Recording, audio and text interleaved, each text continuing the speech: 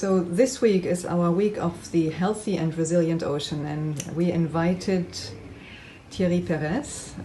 He is a research director at the French National Research Center, the CNRS, in Marseille. And he was also, or he's still, participant at the IUCN World Conservation Congress in Marseille this week.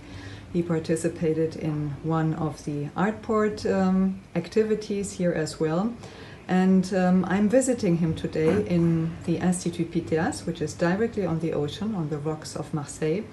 And I wanted to know from him what is important for him and what he understands as a healthy and resilient ocean. Well, your question is weird, as you have here one of the first reports I wrote when I was a young researcher on the effect of marine pollution and the use of marine bioindicator to assess this ocean health you are talking about. But it's a very complicated question. It's a very, very hard question to answer. Well, today, with my background and my philosophy, I would say that a resilient or healthy ocean is a wide ocean. It's an ocean where we will have less human pressure compared to what we have nowadays. And so an ocean where you will find some huge biodiversity, so there are many places where huge biodiversity remains, but we really need to protect this biodiversity, and we really need to protect this biodiversity because it composes some ecosystems that are functioning, and what we need to protect is the functioning of this ecosystem, because it's very important for humans. This ecosystem functioning is a source of what is called nowadays ecosystem services. But the main problem is that in the ocean we don't know much about the functions of every single species we detect. We know very few actually about the composition of the marine biodiversity, so we need to work a bit more on that, describe new species, describe new function, and demonstrate that these functions are very useful for human.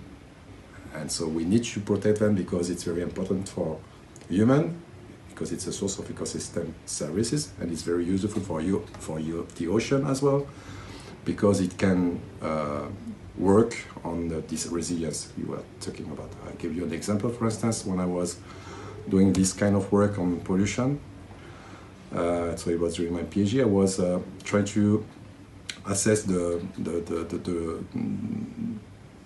how powerful can a sponge, how powerful can be a sponge in depurating polluted water.